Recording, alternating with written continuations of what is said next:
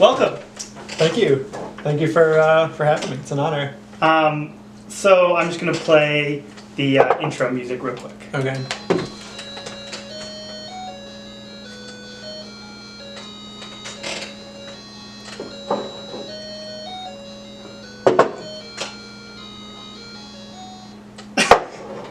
Okay. Right. So, Evan Shea is a 25-year-old handsome stud working and residing in Portland, Maine. He grew up in Acton, Massachusetts and graduated from Ursinus College in 2015. He speaks French fluently, Spanish pretty well, reads Russian children's stories with his grandmother over the phone, and dabbled in Portuguese while he lived in Rio de Janeiro for a few weeks in 2016. He's an avid runner and student of the sport, often noting when world records are broken. He finished first in the 110 high hurdles at the Centennial Conference Championship his senior year of college with a time of 15:17, beating his winning time of 15:21 at the previous year's championship meet. He's a formidable Catan player, delightful guitarist, and has been known to destroy his coworkers in laser tag. In the summer, he retreats to his family's second home on Peaks Island, where he wades amongst the seaweed and rocky shores, but perhaps most importantly, he is my friend and roommate. Evan Shea, thank you for taking the time to speak with me, and welcome to whatever this is that I'm doing. I don't have a name for it yet. I don't even know if it's going to be a thing yet, but this is the first one, so we'll see. All right. How was the introduction? That was an astonishingly good introduction.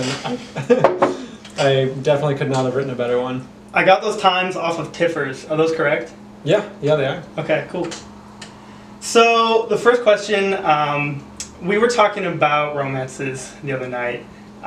We were talking... Guess we're just jumping right into this. This is what I proposed to you. And we were talking about, we were trying to think of some of the greatest romances ever. And that conversation eventually led us to Love Actually, the movie. I know it's not your favorite movie. Mm-hmm. By no means are we trying to say that. But I came down on it pretty hard.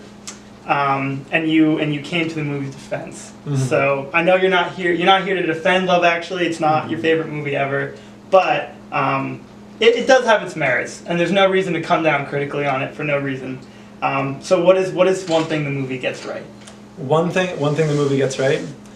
I think it was an interesting idea to have a romantic comedy that's not so much just one love story, but kind of a tapestry of different love stories, and kind of trying to show how love can take many different forms.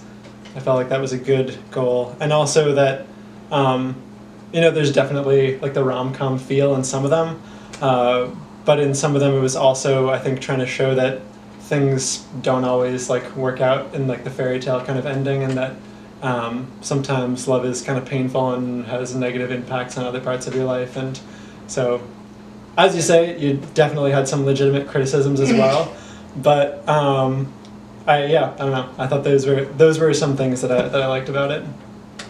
Because I know a lot of people do like it, and my mom and sister were watching it this past Christmas Eve, and I told them everything that I thought was wrong with it. And my sister texted me the next day and was like, "You ruined the movie for me." No, I mean, I will say, after we had the conversation, I was lying in bed and thinking, I was like, man, the male gaze is present in all kinds of aspects of our society.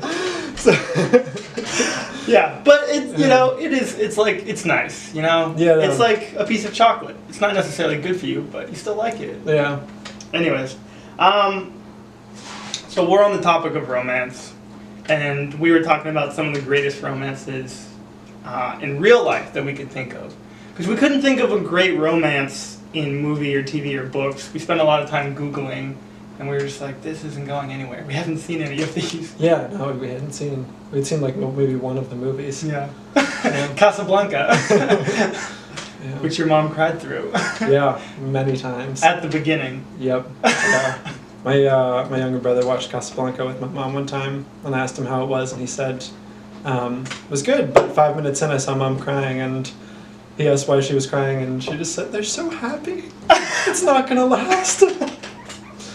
So.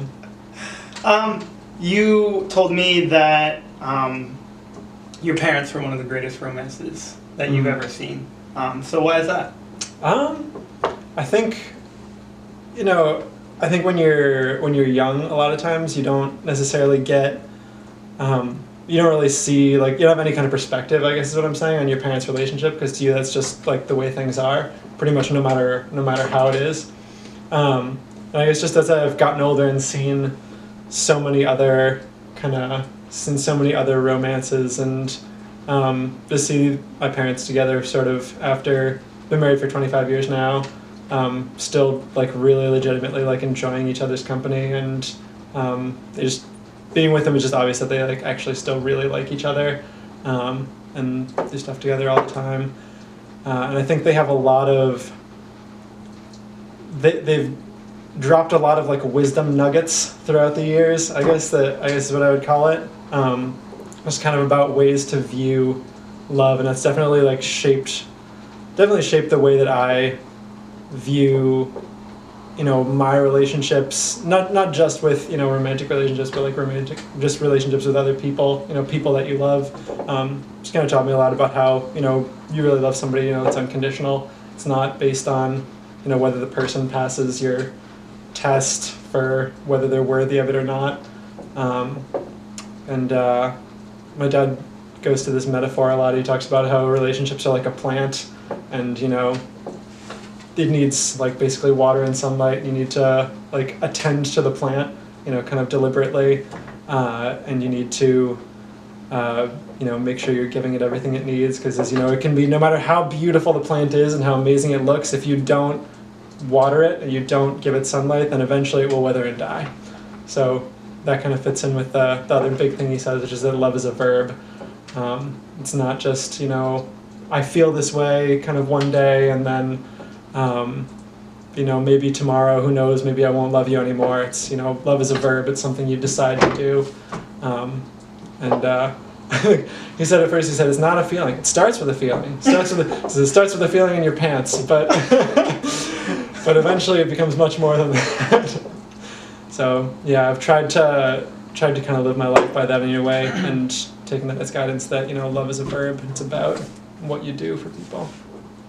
That's interesting. It's not a feeling, though. I guess that I don't think he said it's not a feeling, but more that it's not just a feeling. And I think some people, basically just pointing out that some people kind of think about love in sort of a wishy-washy way, and see it as something that just can kind of come and go. And there's definitely, relationships can change and evolve, but if you're really committed and you love somebody, then that's not, there's definitely something more sturdy there. Chris is an intense dude. He's I don't know if I'd say an intense dude necessarily, but he's a dude who knows what he's about anyway, and has got has gained a lot of wisdom over the years. Do you have like a nugget from your mom that you think of? Like love related? Yeah.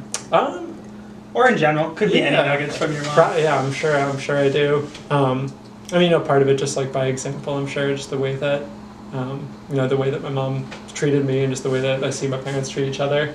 My mom, when I first started dating, like 11 years ago now, I guess, just said, you're essentially, if you want to marry someone eventually, basically you're looking for a best friend, and you want to date somebody that you can fall in love with over and over again, essentially. And she talked about how love changes a lot over the years, and it's good to be able to, basically just as important to make an effort to spend time together, and you can kind of find each other over and over again.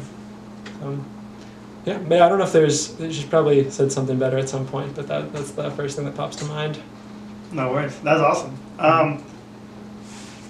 So, you touched on, I think you touched on this probably already really well, but like in personal relationships, like romantic or otherwise, what is the foundation for a healthy relationship for you?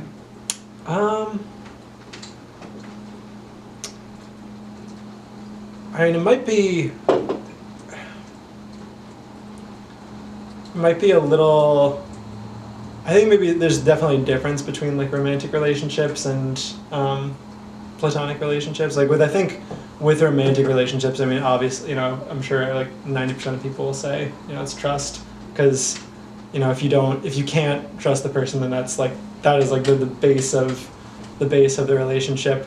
I think I've definitely had like friends before who, not that I would say I like couldn't trust them, but more just that you know, I knew and had that expectation that, like, you know, sometimes people will say things and not follow through on them, or they like talk in a certain way, or they're, you know, much more private. And for that kind of thing, I think it's things that, you know, it doesn't mean you can't have a strong, loving relationship with somebody and have like a really good friendship. Is just things that you kind of have to just understand, and that would maybe make it difficult to like date that person. You know what I'm saying? And I'm sure there's other people who fit them very well. It's just that, you know, there's different standards, I guess, for platonic relationships and romantic relationships. Yeah. But as far as the foundation of platonic friendship, I guess I would say is that I'll give an example story that I think kind of illustrates a feeling that I think is behind good platonic friendships. There was at my mom's school one time. Mom works. She's a guidance counselor. She works at the high school. And I guess there was a story one day where there was a kid who had gotten into some kind of trouble with older kids. He was like a freshman, and there were these older kids. It was probably drug related. I'm just speculating, but basically he was in the cafeteria with like a table of